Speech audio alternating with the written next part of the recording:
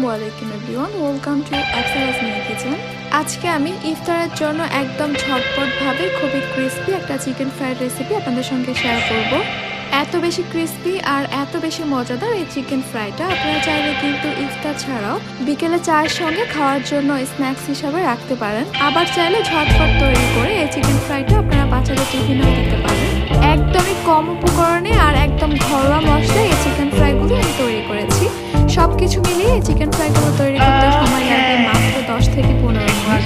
Chicken ফ্রাইগুলো খাওয়ার জন্য সঙ্গে থাকবে খুবই মজাদার একটা সসের রেসিপি। আশা করছি আমার আজকের রেসিপি আপনাদের কাছে খুবই ভালো লাগবে আর সহজও লাগবে।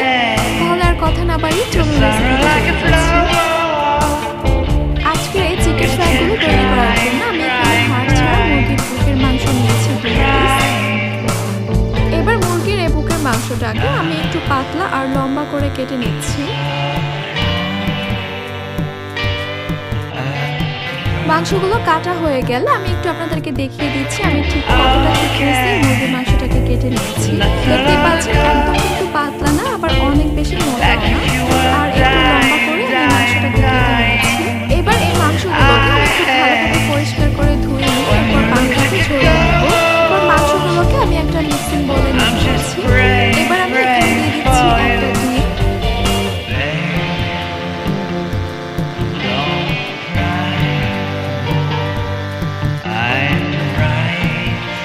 এবার দিয়ে দিচ্ছি এখানে আমি 1 টেবিল চামচ সয়া সস, টমেটো সস দিয়ে দিচ্ছি 1 টেবিল চামচ,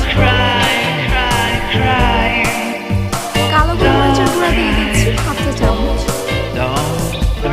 লবণ দিয়ে দিচ্ছি স্বাদ অনুযায়ী। লবণটা একটু বুঝে দিতে হবে কারণ সয়া সসে লবণ দেওয়া থাকে। লাল মরিচের গুঁড়া দিয়ে দিচ্ছি 1 চা চামচ, 1 চা চামচ দিয়ে দিচ্ছি রসুন বাটা, 1 চা চামচ দিয়ে দিচ্ছি আদা বাটা। এবার দিয়ে দিচ্ছি এখানে 1 ফালি লেবুর রস, এখানে প্রায় 1 টেবিল চামচের মতো হবে। যেমনটা বলেছিলাম এই চিকেন ফ্রাইয়ের মধ্যে কিন্তু আমি খুবই কম মশলা ব্যবহার করব, আর যেগুলো দিয়েছি ওগুলো কিন্তু আমাদের সবার বাসায় কম বেশি থাকে। এবার এই মশলাগুলোর সঙ্গে আমি এই চিকেনগুলোকে খুব ভালোভাবে মিশিয়ে নেব।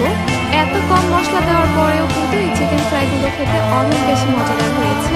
আপনারা চাইলে মশলাটা মাখানোর পরে কিন্তু এই চিকেনগুলোকে 20 মিনিটের জন্য ম্যারিনেট করে রাখতে পারেন। আমি এই চিকেনগুলোকে আর রেস্টে রাখবো না, আমি সরাসরি এগুলোকে ভেজে নিব। চিকেনগুলোকে কোটিং করার জন্য কিছু শুকনো উপকরণ নিতে হবে। আমি একটা মিক্সিং বোলে নিয়ে নিচ্ছি 1 কাপ ময়দা। চিকেন ফ্রাইগুলোকে অনেক বেশি ক্রিস্পি করার জন্য এখানে আমি দিয়ে দিচ্ছি 1/2 কাপ কর্নফ্লাওয়ার। কর্নফ্লাওয়ারের পরিবর্তে আপনারা এখানে চালের গুঁড়ো নিতে পারেন। এরপর এখানে আমি দিয়ে দিচ্ছি 1/2 চা চামচ মিক্স হার্বস। যদি মিক্স হার্বসটা না থাকে, অরিগ্যানো থাকে তাহলে অরিগ্যানো দিবেন, আর যদি দুইটার একটাও না থাকে তাহলে বাদ দিতে পারেন।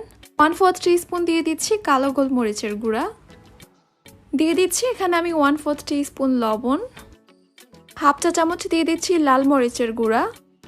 এবার এই শুকনো উপকরণগুলোকে আমি খুব ভালোভাবে মিশিয়ে নিচ্ছি।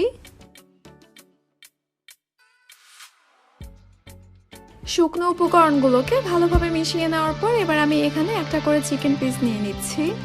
এবার এই চিকেনটাকে একটু চেপে চেপে এই ময়দার মিশ্রণের সঙ্গে কোট করে নিব। এরপর এক্সট্রা যে ময়দার মিশ্রণগুলো লেগে থাকবে সেগুলোকে একটু ঝেড়ে ফেলে দিতে হবে। এতে করে চিকেন পিসটার গায়ের মধ্যে অনেকগুলো লেয়ার তৈরি হবে, যে কারণে চিকেনটা খেতে অনেক বেশি ক্রিস্পি হবে। দেখতেই পাচ্ছেন এই চিকেনের পিসটার মধ্যে ঠিক কিভাবে ময়দার মিশ্রণগুলোর কোটিংটা হয়েছে। এইভাবে আমি বাকি চিকেনগুলোকে কোটিংটা করে নিব। এরপর এগুলোকে আমি ভাজতে চলে যাব। ভাজার জন্য আমি একটা প্যানে পরিমাণ মতো তেল নিয়ে নিয়েছি। এরপর তেলটাকে ভালোভাবে গরম করে নিতে হবে। কম গরম তেলে কিন্তু চিকেন ফ্রাইগুলো দেওয়া যাবে না, তাহলে কিন্তু উপর থেকে ক্রিস্পি হবে না। এবার আমি একটা একটা করে এখানে বেশ অনেকগুলো চিকেন দিয়ে দিয়েছি, আর এই চিকেন ফ্রাইগুলো কিন্তু ডুবো তেলে ভাজতে হয়। প্রথমে চুলার হিটটাকে বাড়িয়ে আমি তেলটাকে ভালোভাবে গরম করে নিয়েছিলাম। চিকেনগুলো দেওয়ার পর আমি চুলার হিটটাকে কমিয়ে মিডিয়ামে করে দিয়েছি, আর মিডিয়াম হিটে চিকেনগুলোকে ভেজে নিতে হবে। যেহেতু চিকেনগুলো পাতলা করে কাটা, তাই এই চিকেন ফ্রাইগুলো হতে খুব বেশি একটা সময় লাগবে না। 7 থেকে 8 মিনিটের মধ্যে কিন্তু এই চিকেন ফ্রাইগুলো খুব ভালোভাবে ভাজা হয়ে যাবে আর চিকেনগুলো সিদ্ধ হয়ে যাবে। চিকেন ফ্রাইগুলোর মধ্যে যখন খুব সুন্দর একটা গোল্ডেন কালার চলে আসবে, তখন আমি তেলটা ছড়িয়ে এগুলোকে তুলে নিব।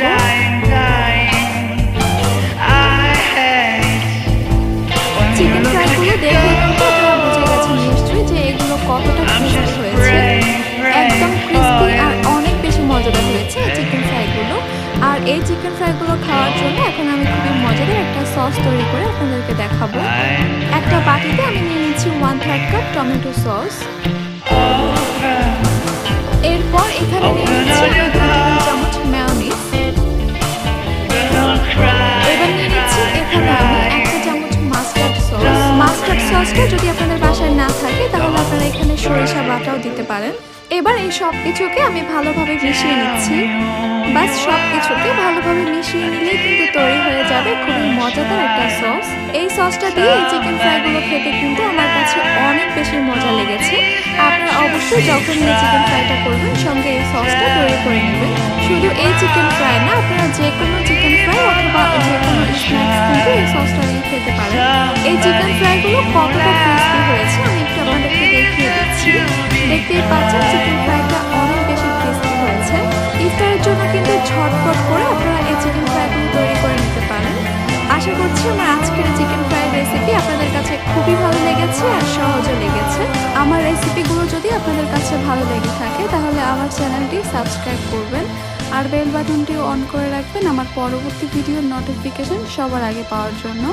তাহলে আজকে এ পর্যন্তই। সবাই অনেক বেশি ভালো থাকবেন, সুস্থ থাকবেন। আল্লাহ হাফেজ।